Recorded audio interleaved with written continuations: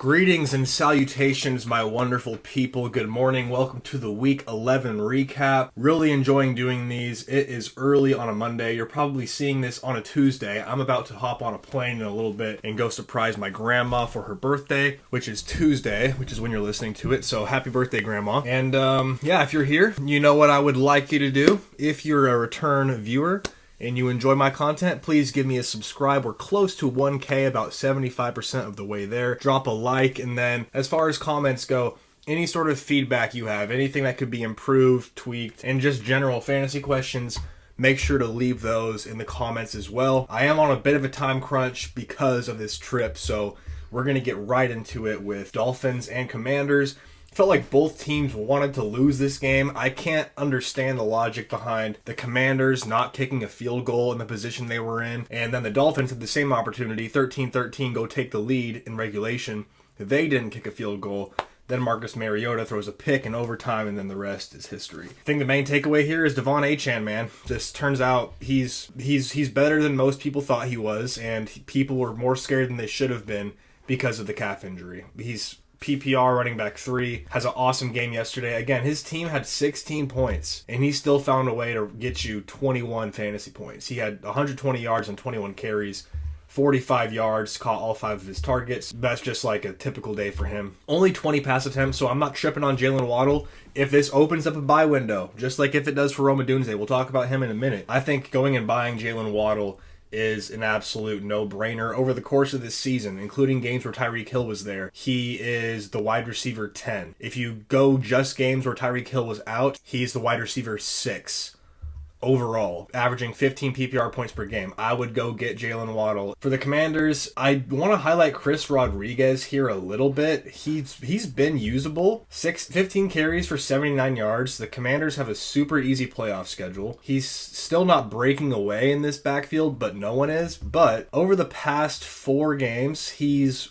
running back 33, so a low-end RB3. Over the past 2, he's running back 23. No, over the past 3 games, he's a low-end RB2. That's right. He averaging 10 PPR points per game. I think Chris Rodriguez is an interesting stash.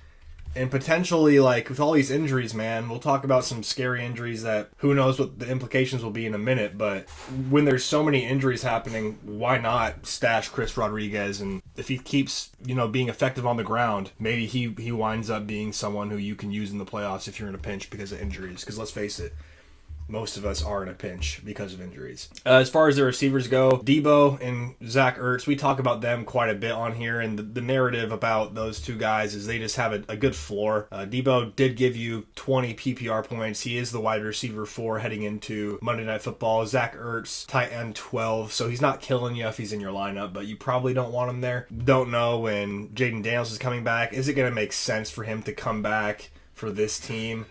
They don't have their second-round pick, which is a huge bummer. I believe they gave that up in the Laramie Tunsil trade, so huge dub for Houston there. Although Tunsil, who's to say if they didn't have Tunsil, Jaden Daniels wouldn't be more severely hurt. You got to protect your quarterback, so I get making the move to go get him. I'm not sure. Did they sign to an extension after trading him? I'm not sure if they've done that yet. Panthers and Falcons. Bryce Young with a crazy game. 31 of 45, 448, 3 touchdowns. I have been pretty harsh on Bryce Young, but he was awesome yesterday. Falcons continue to be probably the most frustrating team. The Rams have the Falcons' first-round pick next year. They made a trade, I think it was pick 26, to go get a pass rusher, a second one in the first round, pardon me. Rico Dowdle remains a must-start. The opportunities are there. 26 opportunities, 7 targets, bottled up on the ground, but had a pretty good day through the air. Not sure if you saw the play or not. He barely stepped out of bounds on what would have been a touchdown.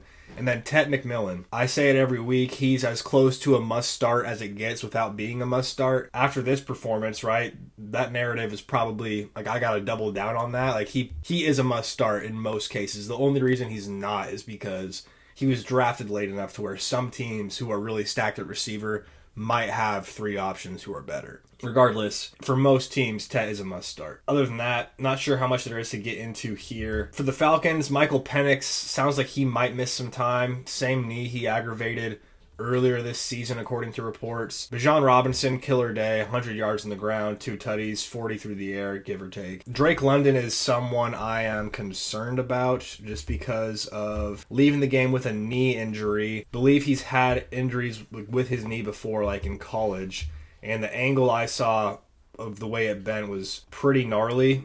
Over the course of the season, he's wide receiver 5, like absolutely crushing it. And yesterday he was awesome, 100 yards in the first half, and then Kirk Cousins comes in and can't sustain any sort of success through the air. Drake London is getting an MRI on Monday, so by the time you hear this on Tuesday, we should know more about his injury, I would assume. Really crossing my fingers on this one. I'm at the point where if it is a short-term absence, like 1 to 3 weeks, I would be bummed, but overall, like, relieved. Just kind of have bad gut feeling about it. Hopefully it's not too serious, because he's been a high-end wide receiver 1. If you go since week 5, he's the wide receiver 3. Like, he's been elite. Absolutely insane Josh Allen game, which may have brought him up to the QB1 overall. I would not be shocked if that was the case. Yep.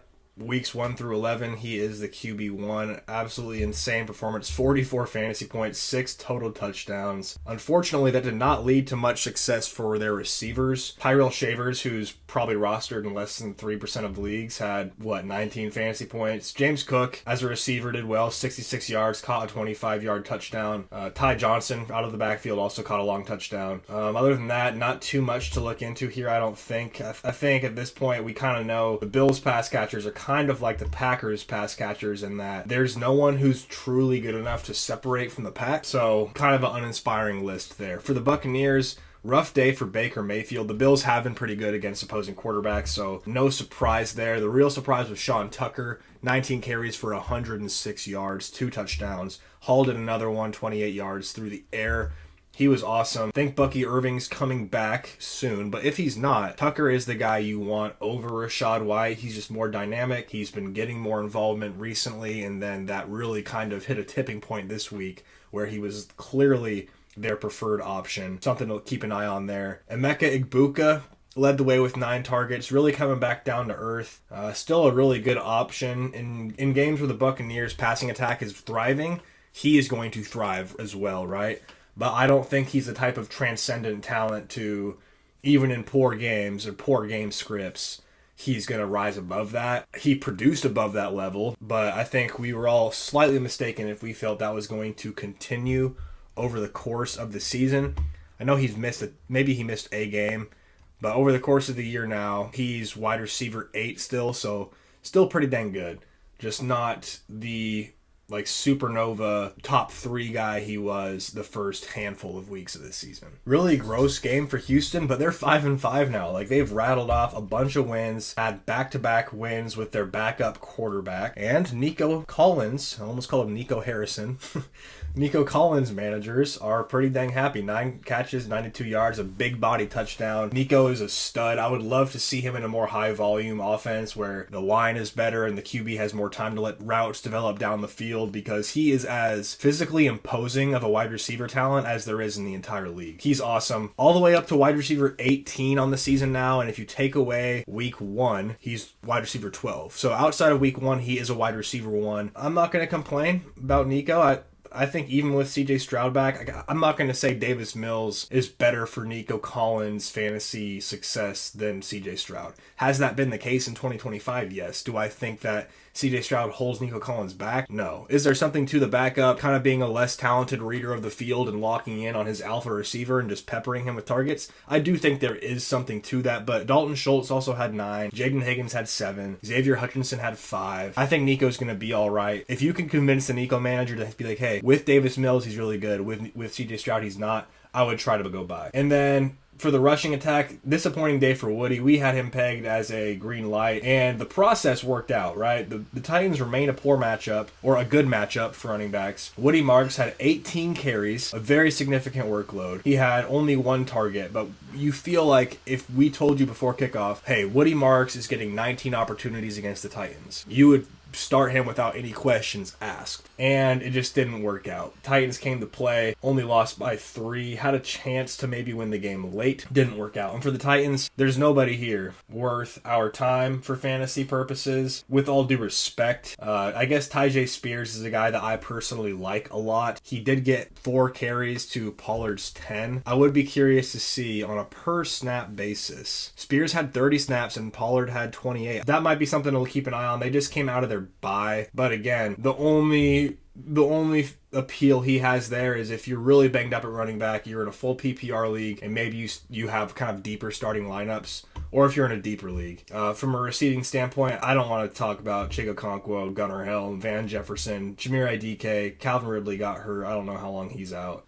Let's move on to the next game. Heading into the Monday night game, Justin Jefferson is wide receiver 22 on the week and wide receiver 13 on the season. Jordan Addison on the season is 12.7 fantasy points per game. Justin Jefferson 14.3. Remember, Addison had that suspension early on. He's getting the targets, Justin Jefferson is. Yesterday, for instance, he had 9 targets. He's getting a ton of targets every game, but a lot of them are uncatchable. Only 67% of his targets were catchable yesterday. Over the course of the season, that's the case as well. Justin Jefferson is having 67% of his targets are catchable. So 1 out of every 3 targets he's getting is not catchable. That's going to hurt your fantasy value. I'm just such a believer in Justin Jefferson that I want to say go buy him, and I think I still would, just because I believe that I just don't think it's on him.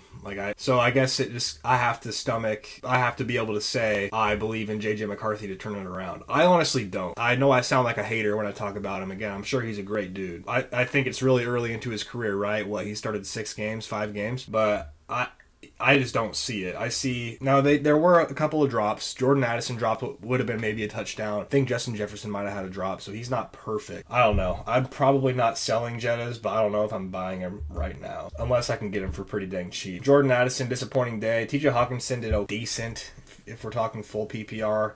Not really though. Mid end wide receiver, or tight end 2, excuse me. I don't know, man. I don't want anyone not named Justin Jefferson in this passing attack. Then Aaron Jones, pretty good day on the ground. Jordan Mason was more effective and scores a touchdown. Maybe that gets him some more carries. I don't know. Aaron Jones is the guy I want still. Jones has been pretty dang good over the past handful of weeks. His 4 games back, he is running back 22, so a low-end RB2. It's pretty good.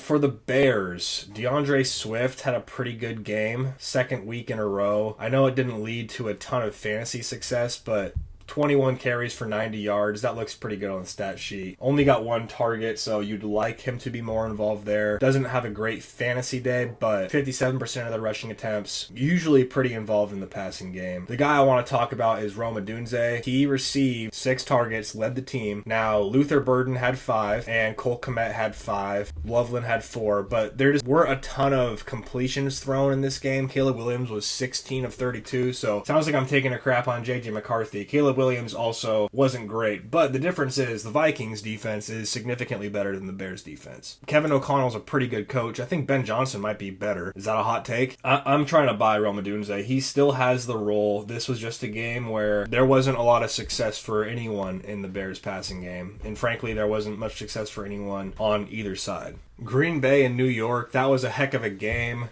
Shouldn't have been that close. I guess whenever you get a new head coach, kind of maybe fires up a lot of your players. Josh Jacobs gets hurt, leaves the game. Haven't seen anything on his injury lately. This is Monday morning again.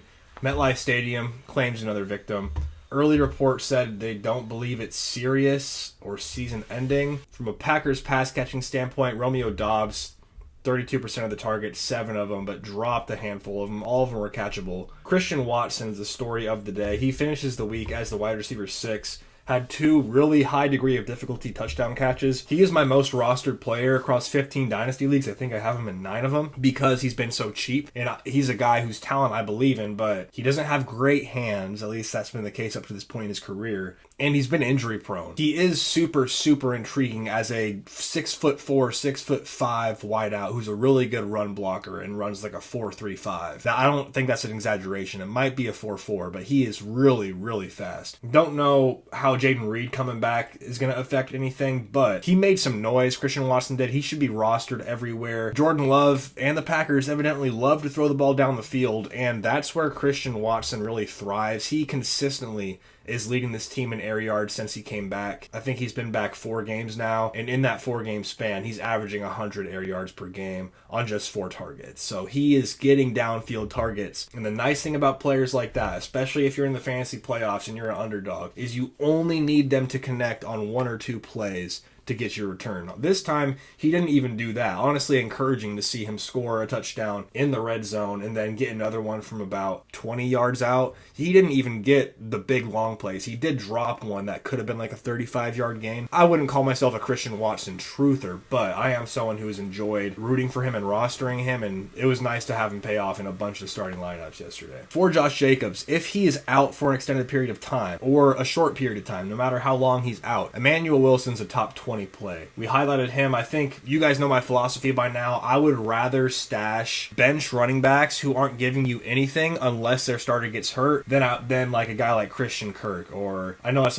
probably a bad example, but these middling receiver running back options who are not going to be the main guy when the guy goes down, or if they're just like a medium floor, low ceiling guy, like I would rather just stash running backs like Blake Corum, Trey Benson, Jordan Mason, Emmanuel Wilson. And ideally for you to do that, you have to feel good about your starting lineup. But you know my philosophy there. Tyrone Tracy is another guy who I didn't think fit that mold, admittedly. I didn't think that when Scottaboo went down, he would be this effective, but this is back-to-back weeks now where Tyrone Tracy has been pretty dang good. It is kind of weird to see Devin Singletary get the goal line looks, but I'm not even sure who's bigger.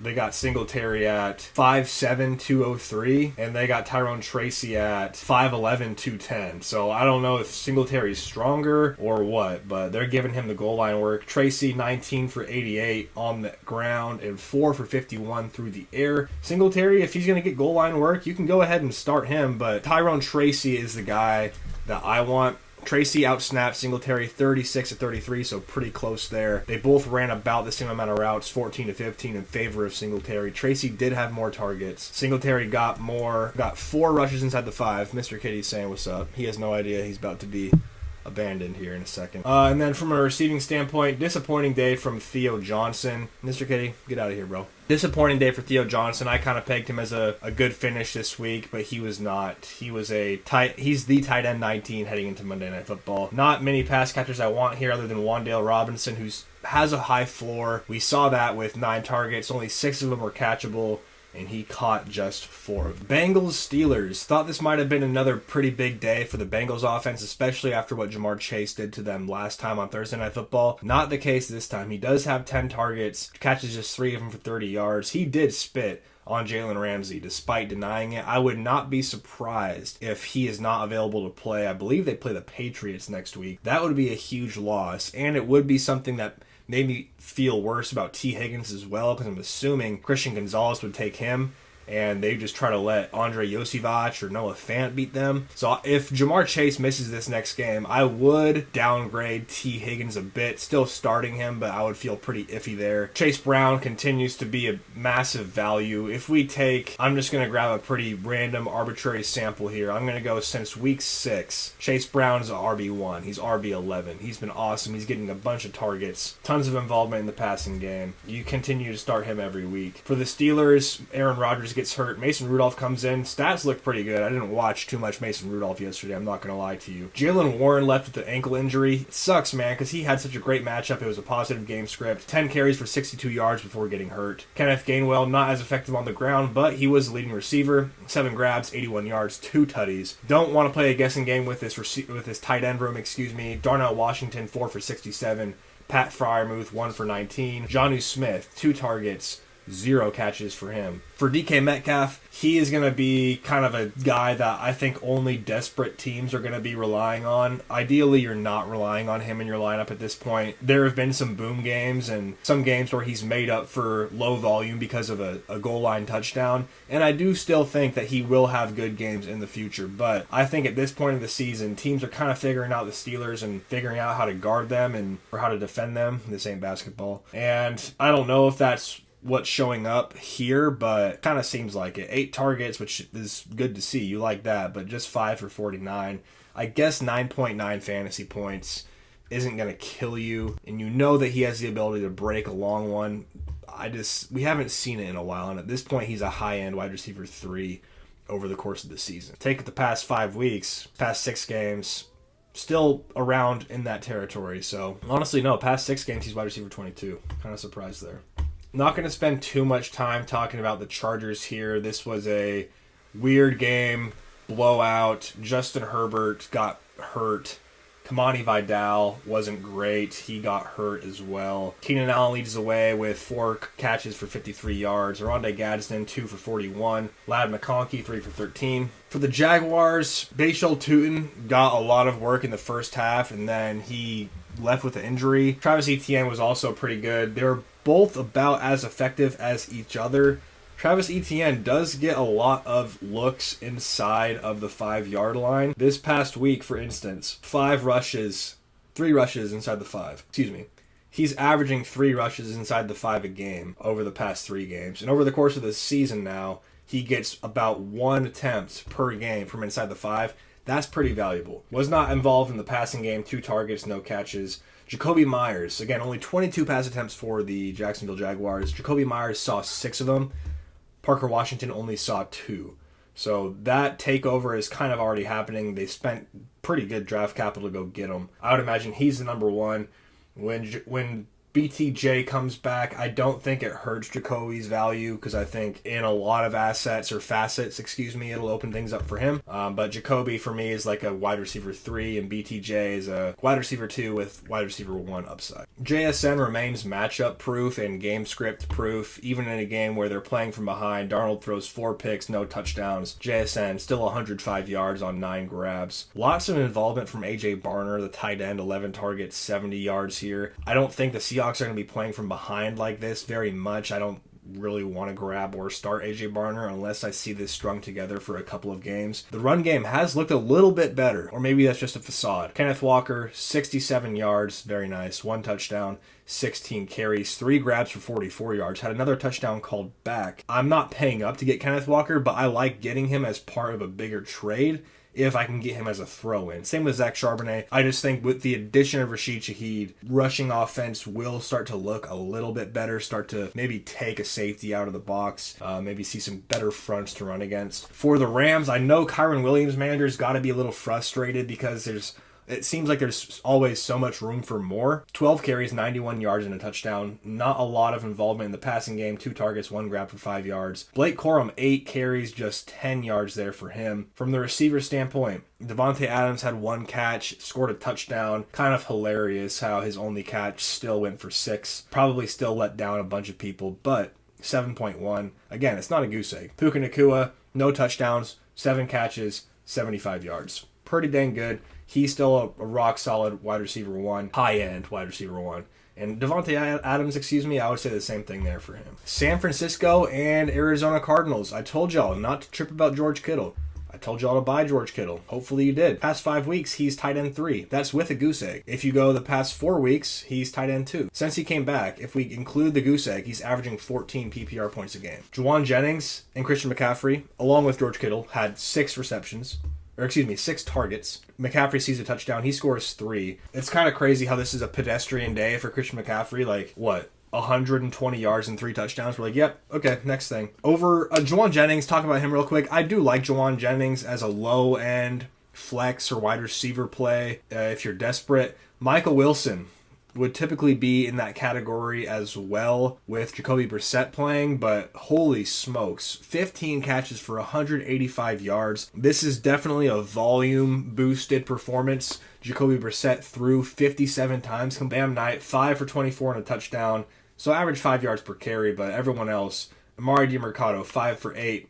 Michael Carter, 2 for 6. I guess Bam Knight's the guy I want. I thought it was Amari DiMercato. I thought he was the more effective player on a per-touch basis, but Bam Knight's kind of been leading the way the past few weeks. I really, really, really hope Trey Benson coming back clears this thing out, and I hope he gets 60+% of the workload, because if he does, he's a great play in my mind for the fantasy playoffs. That Week 17 championship matchup against the Bengals, if I'm not mistaken, might feed families, including mine.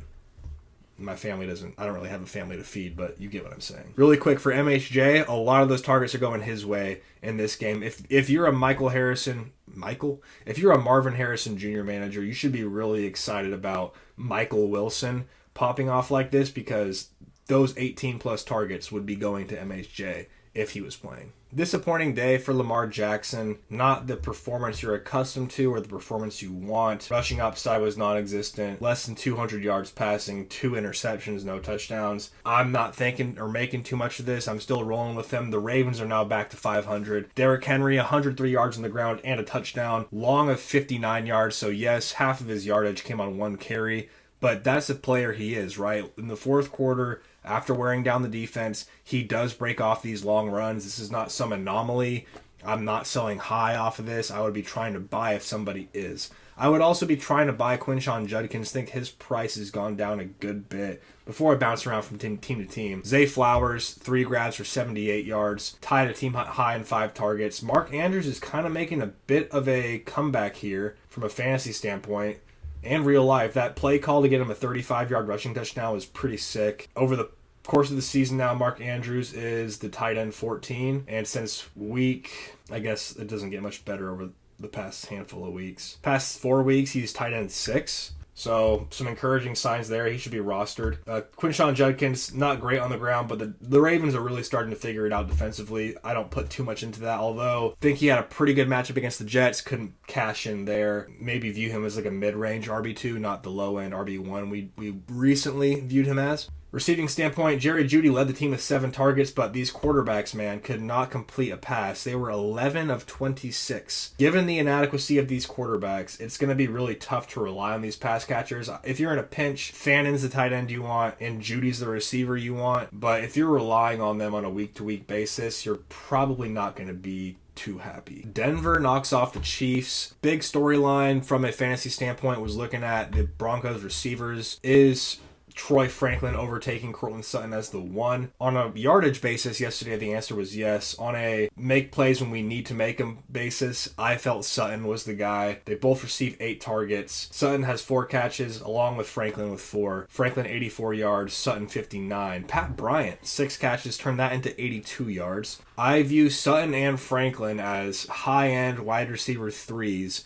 with upside for more if this offense starts figuring it out. Another big fantasy storyline was RJ Harvey. What was this split going to look like without J.K. Dobbins? Harvey did still get most of the work, just was not very effective. Jaleel McLaughlin steals a touchdown from him. I'm not going to take this 1-game sample and conflate it to the rest of the season. I need to see this again. Harvey's a low-end RB2 to me, high-end RB3, somewhere in the 20 to 28 range, until we kind of see, can this Denver Broncos offense pick it up? If the offense improves, everyone in the fantasy landscape in that ecosystem is going to improve because of it, if that makes sense.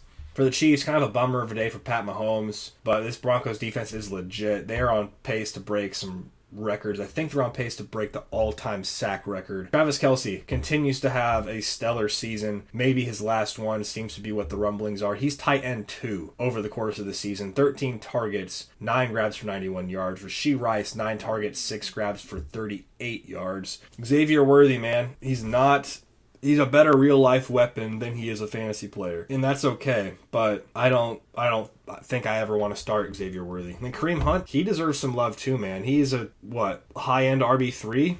People weren't drafting him in that range over the course of draft season. And the past 6 games, he's a RB2, RB24 the past 6 games. If Pacheco is out, I don't think Hunt is a must start, but he's like a safe, he's going to get goal line carries, gets at least 1 a game. Like he's a pretty solid option just for a floor in fantasy. And then the last game of the slate was Lions at the Eagles. From a play calling standpoint, Dan Campbell went for it on 4th down a lot, and it did not pan out. Jared Goff struggled, 14 of 37. Not great. Jahmyr Gibbs bottled up on the ground, but 100 yards through the air. David Montgomery, again, we've called him matchup dependent all year long. There are going to be spots where you want to play him. I think that only includes games where the Lions are heavy favorites. If the Lions are not favored heavily by at least a field goal, then I'm not starting David Montgomery. Jameson Williams, 7 targets, catches 4 of them for 88 yards, including a 40-yard touchdown. Really, really encouraging here from him. Now, if we look at his numbers over the course of the season, he's wide receiver 28, but if we go his last four games, he ranks as, last 3 games, he is the wide receiver 6. Overall, 20 points per game over his last 3. If we take that over his last 4, 15 points per game. Pretty dang good there. Amon-Ra St. Brown coming back down to earth a little bit. We'll give him a break there. Of his 11 targets yesterday, only 2 of them were catchable. Again, Amon-Ra St. Brown yesterday, 11 targets.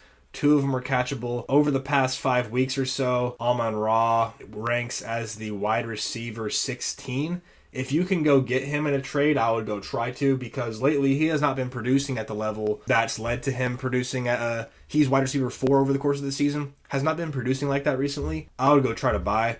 Again, I know most smart fantasy managers or most rational fantasy managers aren't going to sell, but some who are in struggling situations and might need to make something happen, some might. For Philly, Jalen Hurts, bummer of a day. Their offense is kind of walking through mud right now. Saquon, really encouraging involvement, 26 carries, 83 yards, not great efficiency. That line is not what it used to be. AJ Brown got what he wanted, I guess. 11 targets, caught 7 of them for 49 yards, but I don't think he wants to produce like that. Devontae Smith seemed to suffer because of it. 5 targets, just 1 catch there. Bummer.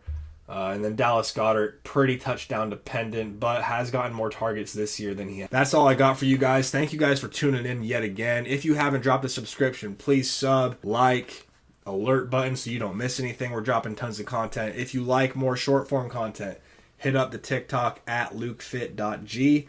And that's it. That's all I got for you guys. Best of luck going into week 12. Trade deadlines are coming up. Enjoy your week.